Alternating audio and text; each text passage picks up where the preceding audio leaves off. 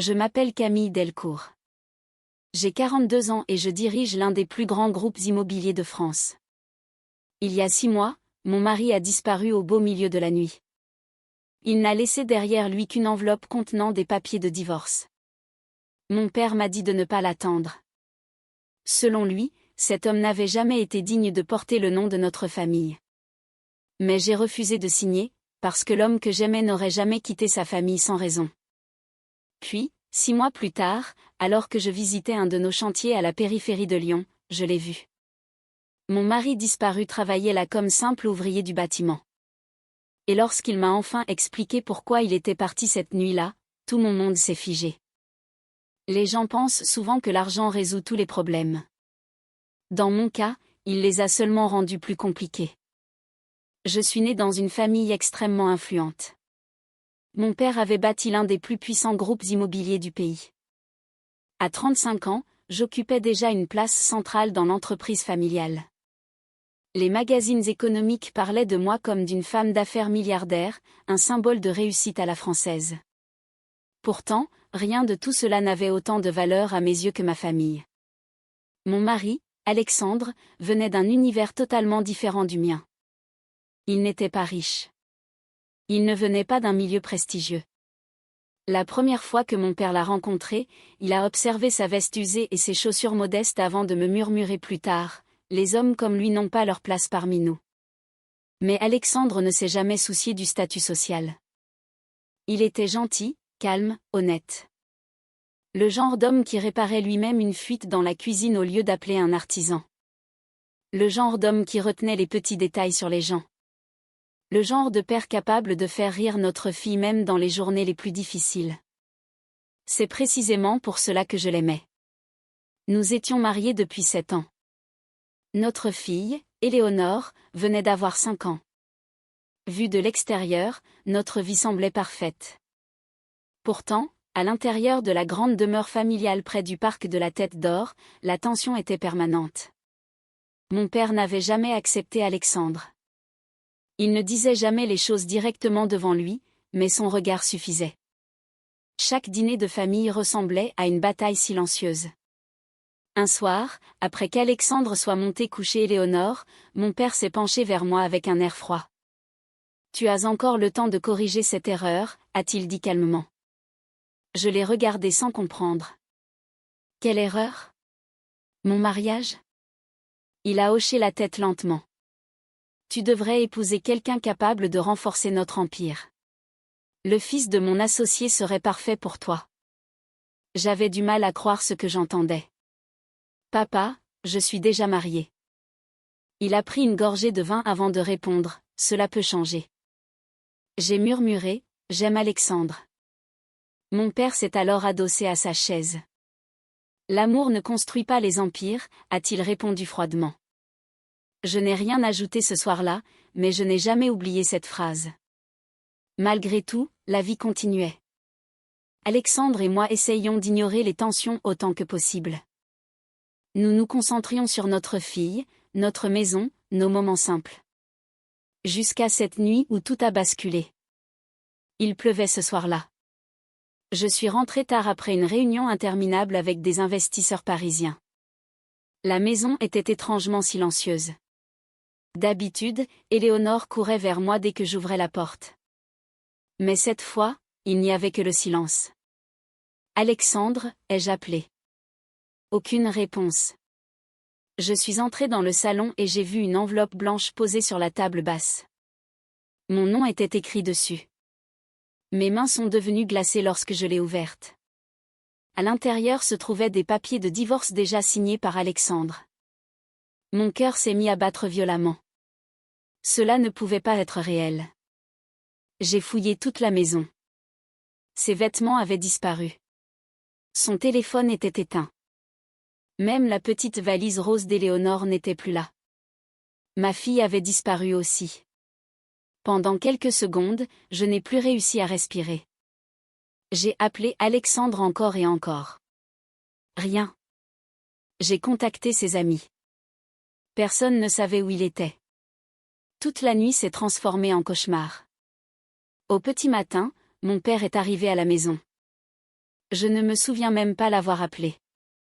Peut-être que le personnel l'avait fait. Il est entré dans le salon, a regardé les papiers sur la table puis a poussé un soupir. Alors il l'a finalement fait, a-t-il déclaré. Je l'ai regardé, bouleversé. Qu'est-ce que tu veux dire? Il est parti. Les hommes comme lui finissent toujours par partir. Mes mains tremblaient. Il a emmené Éléonore, ai-je murmuré. Il la ramènera sûrement un jour, a répondu mon père d'un ton détaché avant de ramasser les papiers. Tu devrais signer ça. Je l'ai fixé avec stupeur. Pardon? Ne perds pas ton temps à attendre ce misérable, a-t-il répondu sèchement. Une colère brûlante est montée en moi. C'est mon mari. C'était ton mari, a corrigé mon père. Maintenant signe et avance. J'ai repoussé les documents. Non. Son regard s'est durci. Tu te ridiculises. Je ne signerai rien, ai-je répondu fermement. Il t'a déjà abandonné. Alors je le retrouverai. Mon père a laissé échapper un petit rire. Tu es milliardaire, Camille. Tu veux vraiment courir après un homme qui a clairement fui? Mais quelque chose au fond de moi refusait de croire qu'Alexandre m'avait quitté sans raison. Pas sans un mot. Pas sans explication. J'ai replié les papiers et les ai reposés sur la table. Je ne signerai pas, ai-je répété. Mon père m'a observé longuement avant de secouer la tête. Tu le regretteras. Peut-être pensait-il que j'abandonnerais après quelques jours. Mais il ne comprenait pas une chose, j'aimais mon mari et je n'allais jamais arrêter de le chercher. Les jours sont devenus des semaines.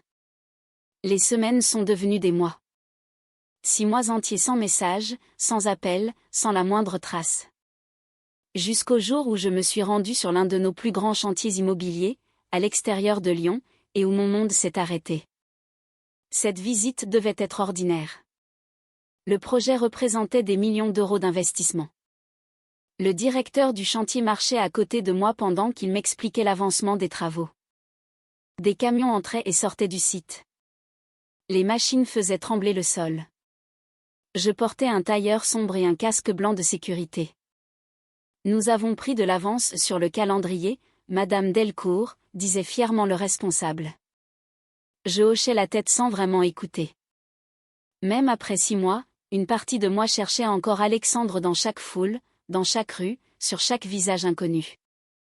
Nous avons avancé plus loin dans le chantier. De la poussière flottait dans l'air. Des ouvriers transportaient des sacs de ciment entre les structures métalliques. Puis soudain, mes jambes se sont arrêtées. Mon cœur a raté un battement. Au loin, un homme soulevait un lourd sac de ciment sur son épaule. Ses vêtements étaient sales. Ses cheveux plus longs qu'avant. Son visage couvert de poussière. Mais je connaissais ce visage. Même à cette distance. Même après 6 mois. C'était Alexandre. Mon esprit refusait d'y croire. Mon mari, l'homme qui m'accompagnait autrefois dans des dîners d'affaires luxueux à Paris, se trouvait là, vêtu d'habits usés, travaillant comme simple ouvrier. Ma respiration est devenue irrégulière. Madame Delcourt, a demandé le responsable, surpris de me voir figé. Mais je ne répondais déjà plus. Je marchais rapidement vers lui. Mes talons s'enfonçaient légèrement dans la terre humide du chantier. Plus je m'approchais, plus mon cœur battait fort. Alexandre s'est tourné légèrement en réajustant le sac sur son épaule, et nos regards se sont croisés. Au moment où il m'a reconnu, son corps tout entier s'est figé. Le sac de ciment lui a échappé et s'est écrasé lourdement au sol. Les ouvriers autour de lui se sont retournés, étonnés. Mais je ne voyais qu'Alexandre. 6 mois. 6 mois de questions. 6 mois de douleur. 6 mois de silence. Et il se tenait devant moi comme si rien ne s'était passé. Une colère immense a explosé dans ma poitrine. Avant même de réfléchir, ma main est partie. Le bruit de la gifle a résonné sur tout le chantier. Alexandre n'a pas tenté de l'éviter. Il m'a seulement regardé avec des yeux fatigués et vides. Pourquoi, ai-je crié d'une voix tremblante. Pourquoi tu nous as fait ça? Les ouvriers s'étaient arrêtés de travailler. Tout le monde nous regardait désormais. Mais je m'en moquais. Tu as disparu. Tu as emmené notre fille. Tu as laissé des papiers de divorce comme si je ne comptais plus pour toi. Alexandre restait silencieux. Ce silence alimentait encore davantage ma colère. Je t'ai cherché pendant 6 mois. 6 mois, Alexandre. Finalement, il a parlé d'une voix basse. Camille, baisse la voix, s'il te plaît. Ne me dis pas quoi faire. Mes mains tremblaient.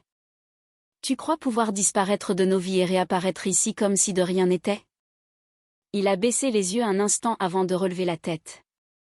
Tu n'aurais jamais dû me retrouver. Cette phrase m'a frappé plus violemment qu'une gifle. Qu'est-ce que ça veut dire? Alexandre a inspiré lentement puis a regardé autour de lui les ouvriers qui nous observaient. Pas ici, a-t-il murmuré. Si. Ici, maintenant. Il a étudié mon visage quelques secondes, comprenant sans doute que je ne partirais pas sans réponse. Puis il a finalement parlé. Ton père est venu me voir la veille de mon départ. Ma colère s'est arrêtée net. Mon père? Alexandre a hoché lentement la tête. Il n'était pas seul. 2 hommes l'accompagnaient. Une sensation glaciale a traversé ma poitrine. De quoi tu parles? Sa voix est devenue plus lourde. Il m'a dit quelque chose de très simple. Si je ne disparaissais pas de ta vie, Éléonore ne verrait jamais son prochain anniversaire. Pendant quelques secondes, j'ai cru avoir mal entendu. Mon cerveau refusait de comprendre. Quoi? Alexandre soutenait mon regard. Il disait que j'étais une honte pour votre nom. Que je salissais son empire. Mon cœur battait de plus en plus vite. Il voulait que tu épouses le fils de son associé, a-t-il ajouté. Le même homme dont mon père m'avait parlé des mois plus tôt. Tout commençait soudain à s'assembler dans mon esprit. Il m'a ordonné de signer les papiers et de partir discrètement, a continué Alexandre. Ma gorge était sèche. Et si tu refusais, ai-je murmuré. Il m'a regardé droit dans les yeux. Alors Éléonore disparaîtrait. Tout autour de moi est devenu silencieux. Les machines, les voix, le bruit du chantier, tout semblait s'effacer. Il ne restait plus que la voix d'Alexandre. Il m'a interdit de te dire la vérité, a-t-il poursuivi. Il disait que si tu apprenais ce qui s'était passé, ces hommes le sauraient immédiatement. Ma poitrine me faisait mal. Alors tu es parti, ai-je demandé faiblement. Alexandre a hoché la tête. Je n'avais pas le choix. Je pensais que disparaître était la seule façon de vous protéger, toi et Éléonore. Je regardais l'homme devant moi. Ce n'était plus le mari sûr de lui que j'avais connu. Il semblait épuisé, comme si la vie l'avait lentement écrasé pendant des mois. Cela fait 4 mois que je travaille sur différents chantiers pour éviter que les hommes de ton père me retrouvent, a-t-il expliqué. Mes bras sont tombés lentement le long de mon corps. Mon père, l'homme en qui j'avais eu confiance toute ma vie, l'homme qui m'avait affirmé qu'Alexandre était parti avec une autre femme, l'homme qui me répétait sans cesse qu'il m'avait abandonné pour l'argent. Alexandre observait mon visage avec attention. Tu ne savais pas, a-t-il dit doucement.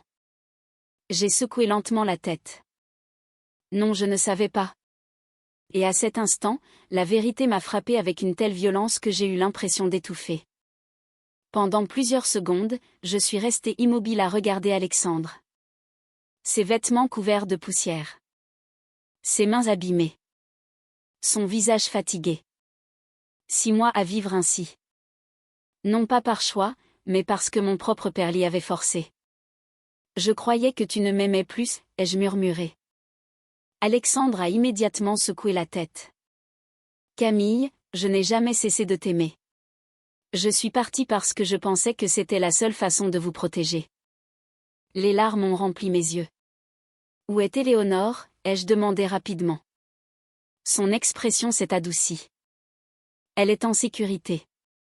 Je l'ai confiée à ma sœur. Les hommes de ton père ignorent où elle se trouve. Un immense soulagement m'a traversé. Ma fille était saine et sauve. Mais autre chose grandissait désormais en moi. Quelque chose de bien plus fort que la tristesse. La colère. Pendant 6 mois, mon père m'avait regardé souffrir. Il m'avait regardé chercher mon mari. Il m'avait regardé pleurer. Et il n'avait rien dit. À quoi tu penses? A demandé Alexandre. J'ai essuyé mes larmes. Je pense que mon père croit pouvoir contrôler ma vie. Alexandre a froncé les sourcils. Camille, ne fais rien d'imprudent. Je l'ai regardé droit dans les yeux. Pendant 6 mois, j'ai cru que tu nous avais abandonnés. Maintenant je connais la vérité. Je ne le laisserai pas détruire notre famille. Ce soir-là, j'ai passé plusieurs appels. Une semaine plus tard, mon père organisait une grande réception dans sa propriété. Ce genre de soirée n'avait rien d'inhabituel. Il aimait inviter la famille, ses partenaires d'affaires et ses amis influents pour afficher sa réussite. La demeure était remplie de monde. Mes oncles, mes cousins, des investisseurs, des notables lyonnais et assis fièrement près de mon père se trouvait l'homme qu'il avait toujours voulu me faire épouser, le fils de son associé. Mon père se tenait au centre du salon avec un sourire satisfait. Lorsqu'il m'a vu entrer, plusieurs invités se sont tournés vers moi. « Camille » a-t-il lancé avec assurance. « Enfin. Tu as meilleure mine. J'imagine que tu as fini par accepter la réalité. » Je n'ai pas répondu. Je me suis avancé lentement vers lui. Peu à peu, le silence s'est installé dans la pièce. Mon père a levé son verre. Je disais justement à tout le monde que ma fille allait bientôt prendre une décision importante pour l'avenir de notre famille. J'ai regardé autour de moi. Tous les regards étaient tournés vers nous. Parfait. En réalité, moi aussi j'ai quelque chose à dire. Le sourire de mon père s'est légèrement effacé. Quoi donc? J'ai pris une lente inspiration. Pendant 6 mois, mon père m'a affirmé que mon mari m'avait quitté pour l'argent. Des murmures ont commencé à parcourir la salle. Le visage de mon père s'est tendu. Camille, mais j'ai continué. Il l'a traité de mendiant. Il m'a poussé à signer des papiers de divorce. Mon père a fait un pas vers moi. Ça suffit. Je ne me suis pas arrêtée. Savez-vous ce qui s'est réellement passé? Le silence est devenu total. Puis j'ai regardé mon père droit dans les yeux. Tu l'as menacé. Tu lui as dit que s'il ne disparaissait pas, tu ferais tuer sa fille. Une vague de chuchotements horrifiés a traversé la pièce. Le visage de mon père est devenu pâle. C'est faux, a-t-il répondu rapidement, mais sa voix manquait d'assurance. Je me suis rapproché encore. L'homme que tu appelais un incapable a passé 6 mois à travailler sur des chantiers pour protéger sa famille. Personne ne disait plus un mot.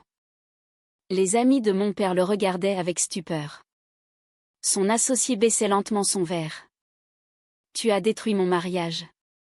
Tu m'as fait croire que mon mari m'avait trahi. Mon père serrait les dents. J'ai fait ce qui était le mieux pour toi. Non, ai-je répondu calmement. Tu as fait ce qui était le mieux pour ton entreprise. Les mots sont restés suspendus dans l'air. Puis j'ai retiré la bague en diamant que mon père m'avait offerte des années plus tôt, symbole de notre empire familial, et je l'ai posée sur la table. Des exclamations de surprise ont traversé la salle. Mon père me regardait comme s'il ne me reconnaissait plus. Tu réagis sous le coup de l'émotion, a-t-il dit. J'ai secoué doucement la tête. Non. Puis j'ai prononcé les mots qu'il n'aurait jamais imaginé entendre. Je choisis ma famille. Je me suis tourné vers la sortie. Et ma famille ne se trouve pas dans cette maison. Derrière moi, la voix de mon père a éclaté. Si tu pars maintenant, ne compte jamais revenir. Je me suis arrêté une seconde, sans me retourner, puis j'ai continué à marcher. À l'extérieur des grilles de la propriété, une voiture attendait. Alexandre se tenait à côté, vêtu simplement, avec toujours ce regard fatigué. Lorsqu'il m'a vu approcher, une hésitation a traversé son visage. Je me suis arrêté devant lui. « Tu es prêt à rentrer à la maison ?» ai-je demandé doucement. Alexandre semblait surpris. « À la maison ?»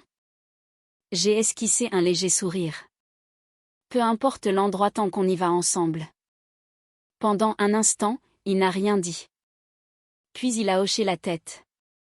Nous sommes montés dans la voiture et nous sommes partis, laissant derrière nous la propriété, l'empire et l'homme qui croyait que le pouvoir valait plus que l'amour. Mais au fond, la vérité était simple, l'homme que mon père appelait un mendiant était le seul qui nous avait réellement aimés.